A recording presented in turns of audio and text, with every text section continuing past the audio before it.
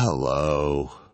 Welcome. You have found your way here, and the rain is falling outside, and the glass walls are warm with condensation. And inside, the air is thick and soft and humid and alive, and it wraps around you like a blanket made of breath, and you are safe. Whatever storm is passing through the world tonight, it is passing outside these walls, and you are inside, and the glass holds, and the iron holds, and the warmth holds, and nothing out there can reach you here. So let us begin with your breath. Breathe in slowly through your nose. The air in here is different from the air outside. It is warm and damp and heavy, carrying the scent of wet earth and green leaves, and the faint sweetness of tropical flowers that bloom in the dark.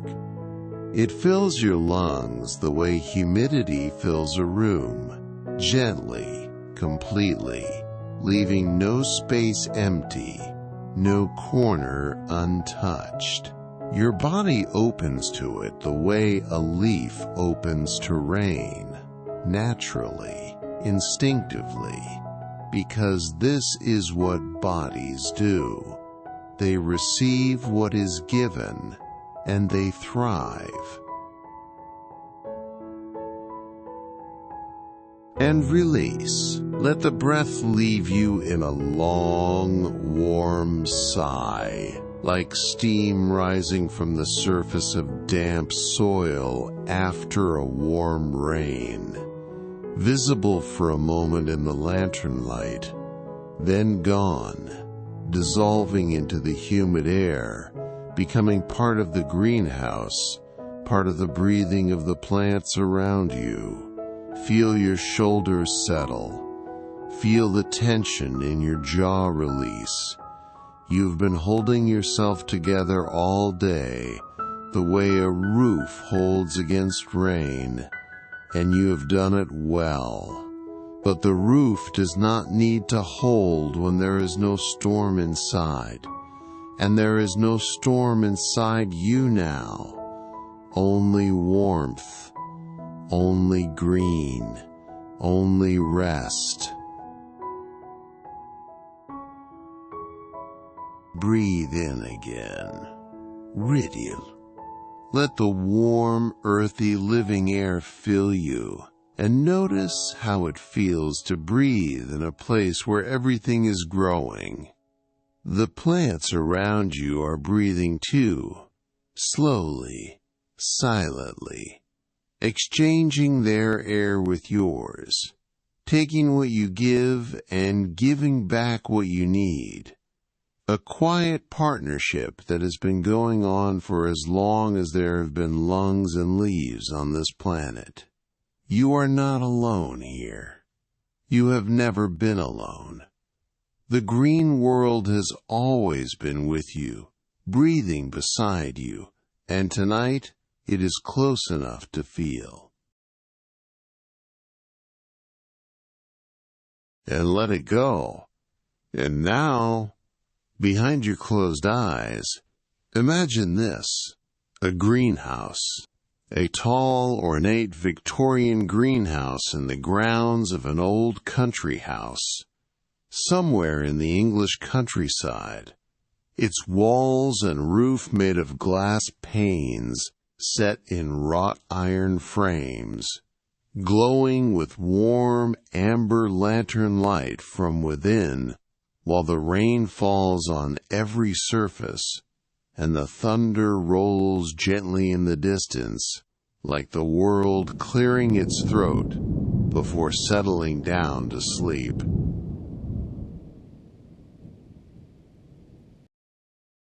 Now, let your breathing settle into its own rhythm, warm and easy and unhurried, like the rain on the roof, continuous and steady, neither fast nor slow, just the pace that the night requires.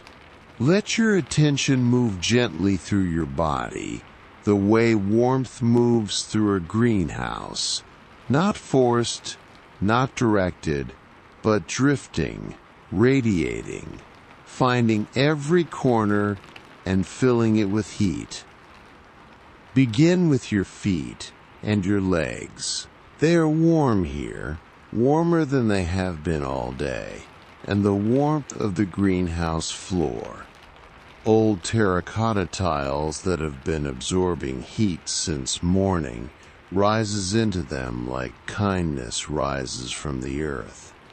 Feel the soles of your feet soften against the surface beneath you. Feel your toes uncurl, your arches release. The small muscles of your feet let go of the day's walking. The warmth travels upward through your calves, your knees, your thighs, gentle and slow, the way heat rises through soil, the way sap rises through a stem, and your legs grow heavy and still and content, the way roots are content, deep in the dark, warm earth, held and nourished and belonging. Now, your torso and your hands. Your lower back softens, and the relief is like the relief of coming indoors from the rain. Not dramatic, but deep, a transition from exposure to shelter, from effort to ease. Your stomach relaxes. Your chest opens, expanding in the warm, thick air, and each breath is a little deeper and a little easier than the last. And your hands, let them rest open, palms warm and damp in the humid air, fingers gently uncurled like fronds unfurling in the warmth. Your hands have worked today, held things, reached for things, carried things, and every grip was a small act of connection with the world. Now they can rest from connecting and simply be connected to the warmth, to the air, to the quiet, breathing life that surrounds you on every side. And your shoulders, your neck, your face. Let your shoulders drop the way rain drops from a glass roof, not falling but releasing, answering gravity's patient invitation, sliding downward because downward is where rest lives. Your neck lengthens, your jaw loosens, and you feel the warmth of the humid air against your skin, soft and close, like being held without being touched. The muscles around your eyes relax, and behind your closed lids, the world is dark and warm and green, the color of safety, the color of things that are alive and growing and glad.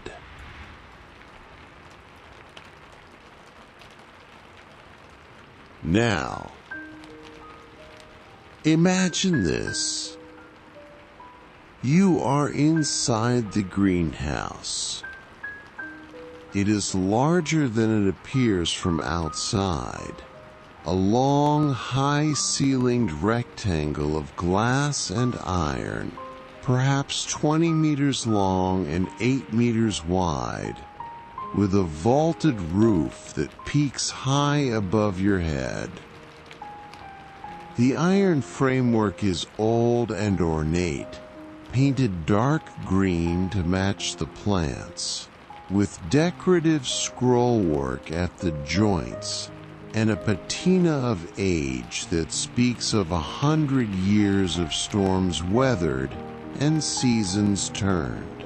The glass panes are thick and slightly uneven, the hand-rolled glass of another era, and where the warm, humid interior air meets the cool, rain-washed exterior, they have fogged with condensation, a soft, opaque veil that makes the world outside disappear, leaving only the glow of lantern light reflected back, doubling the warmth, enclosing the space, making it feel less like a building and more like a living thing, a warm body you are resting inside of.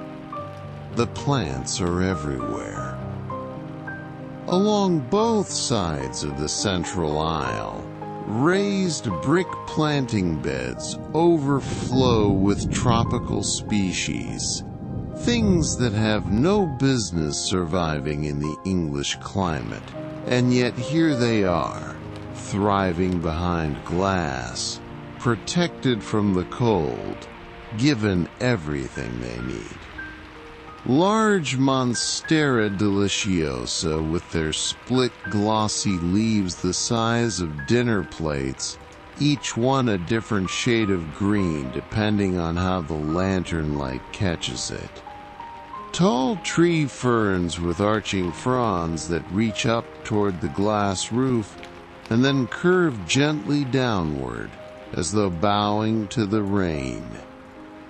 Trailing pothos vines that have escaped their beds and climbed the iron framework, hanging in long green curtains from the roof joints, swaying almost imperceptibly in the thermal currents of warm air. The smell is extraordinary.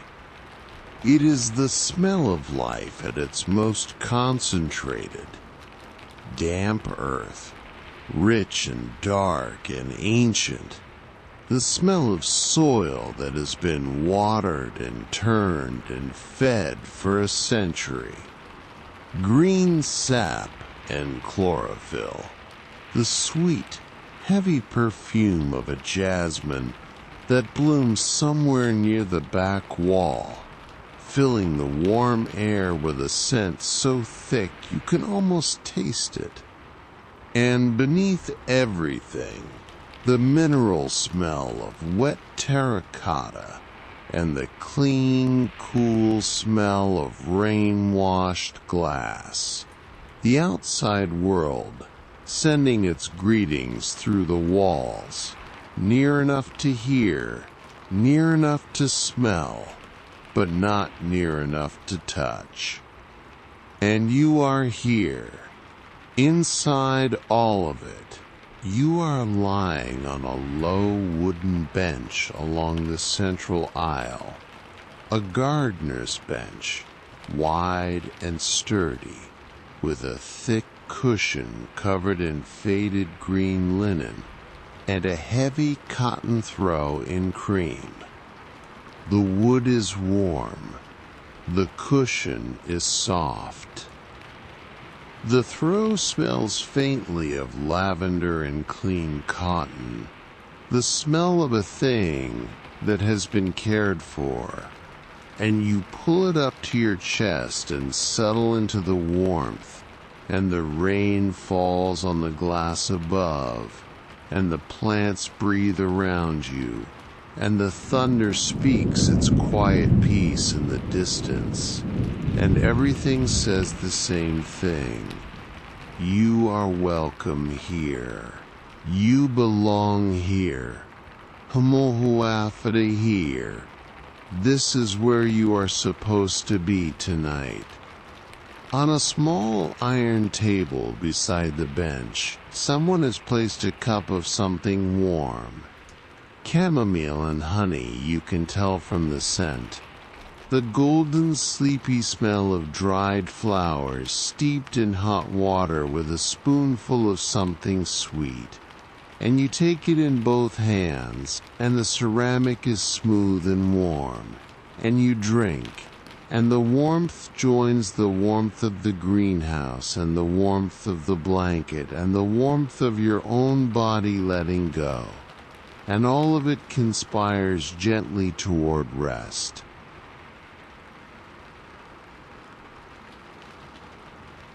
You set the cup down and lie back, and you listen to the rain. It is extraordinary, rain on a glass roof, not the muffled patter of rain on tiles or thatch, not the metallic drumming of rain on a tin shed, but something clearer, brighter, more musical. Each drop striking the glass pane with a tiny, sharp, crystalline sound, and the thousands of drops together creating a continuous, shimmering percussion that is both chaotic and perfectly composed. The way an orchestra is both chaotic and perfectly composed when you stand inside it and let all the parts reach you at once.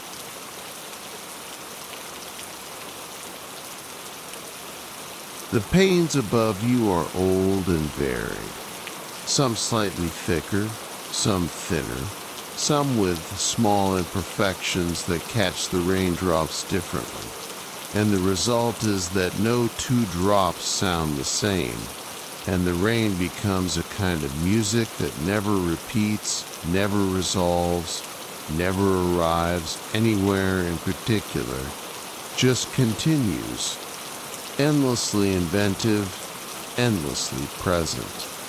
And you lie beneath it the way you might lie beneath a favorite piece of music. Not trying to follow it, not trying to understand it, just letting it wash over you, letting it fill the spaces between your thoughts, letting it replace the noise of the day with something softer and more kind.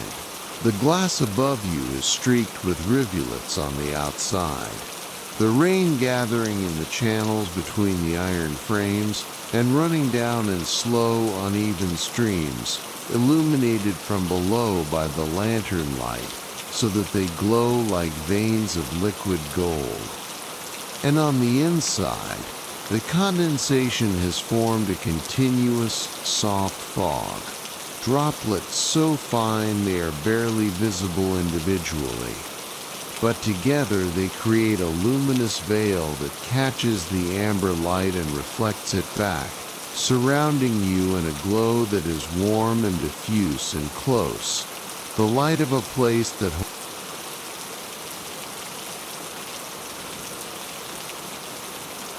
and then you hear it, a new sound, gentle and rhythmic and different from the rain.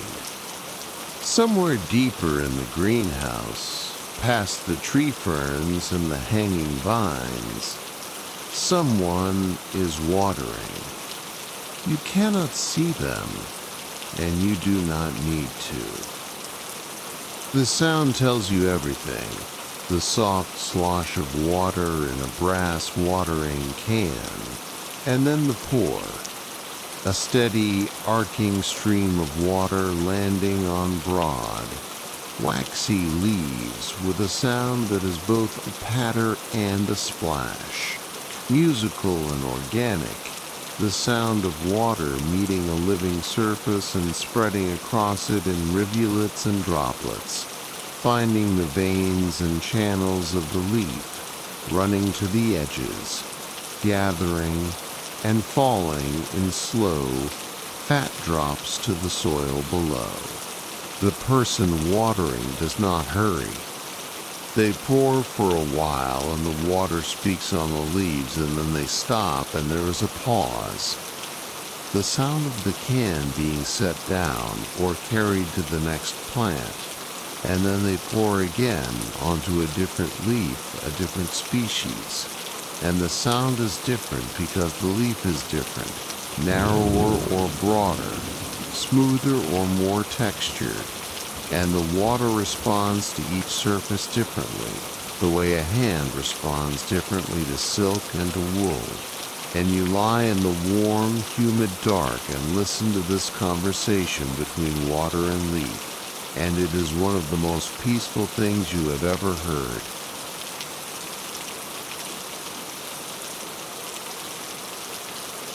There is something in this act, the act of watering plants at night, in a greenhouse during a rainstorm that speaks of devotion. Not the dramatic, sacrificial kind of devotion, but the quiet, daily kind. The kind that shows up when it is dark and tends to things that are growing. The kind that does not need an audience. The kind that says simply, I am here and you are here, and I will give you what you need. This is what belonging feels like, perhaps. Not a grand declaration, but a quiet practice, repeated daily. The steady, faithful attention of someone who waters plants in the dark, because the plants need water and the person has water to give, and neither needs to explain why.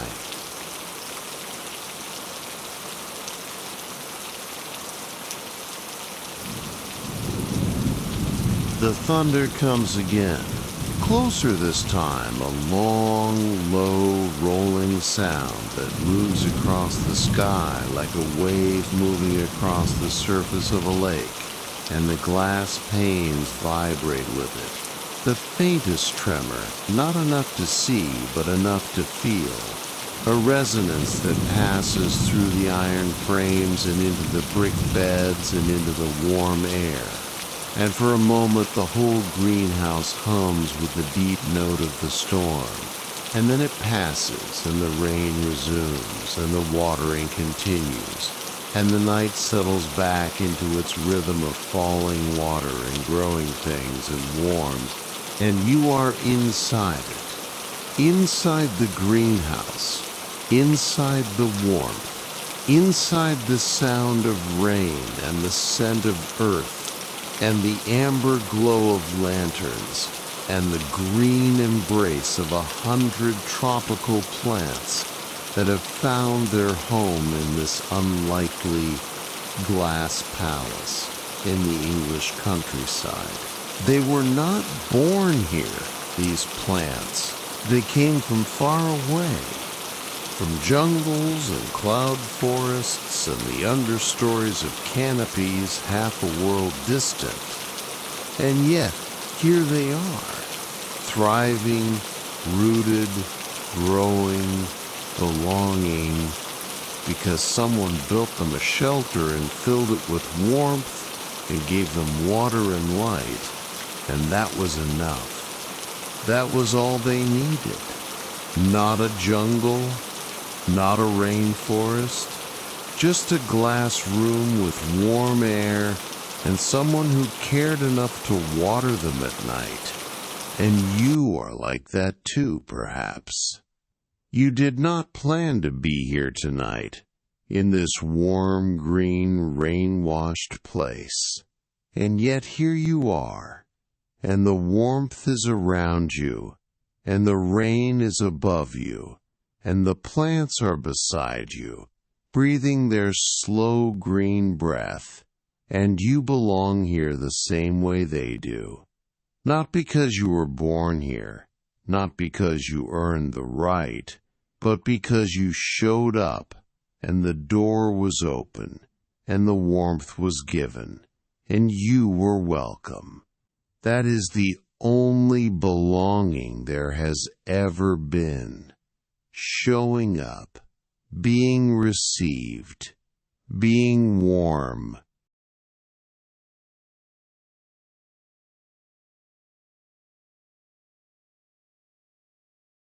The lanterns are burning low. The amber light has softened to a deep gold, and the shadows between the plants have deepened, and the greenhouse has become a place of soft edges and warm darkness, and the slow, invisible work of growing things. Somewhere in the dark, a leaf is unfurling.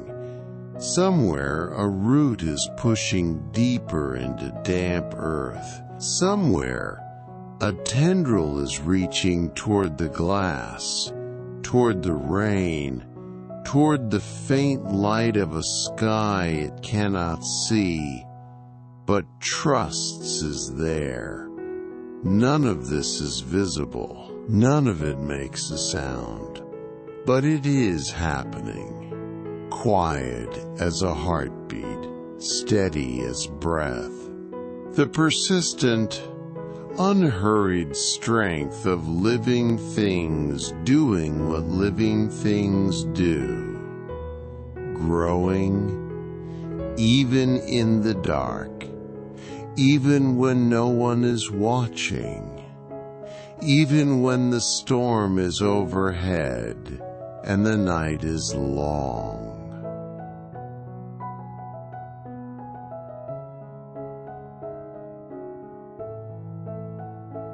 You are warm.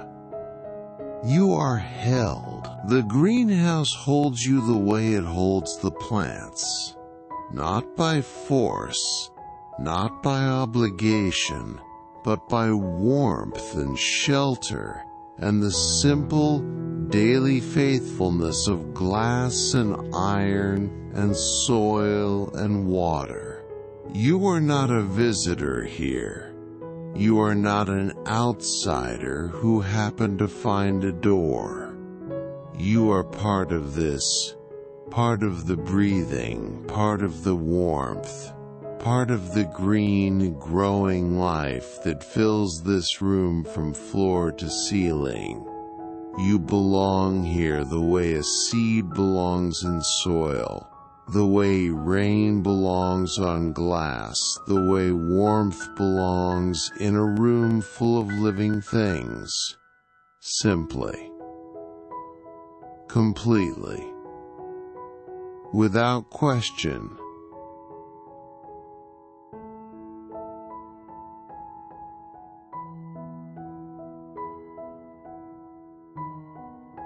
The rain whispers. The leaves drip, and the night goes on, and the storm passes slowly over the countryside and away, and the glass holds, and the warmth holds, and you are safe, and you have always been safe, and you can rest now, the way the plants rest. Not by stopping their living, but by slowing it, by turning inward, by letting the darkness do its quiet, restorative work.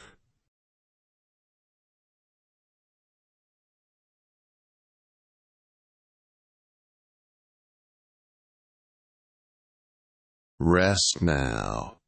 Fine. The glass holds. The warmth holds.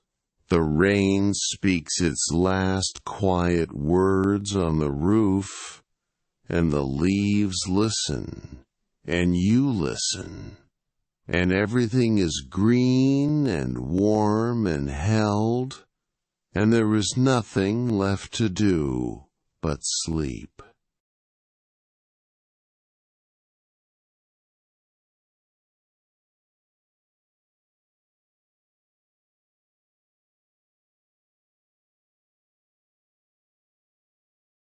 The rain whispers.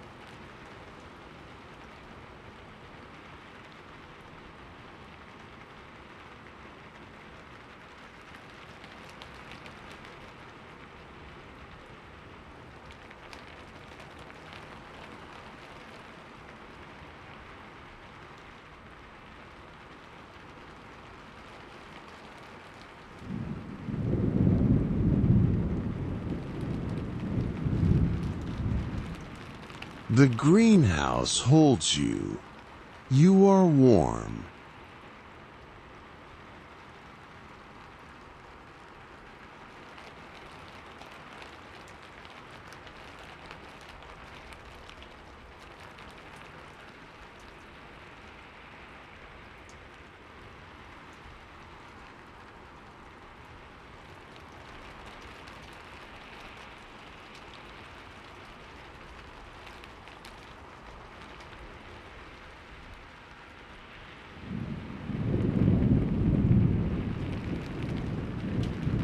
Rest now.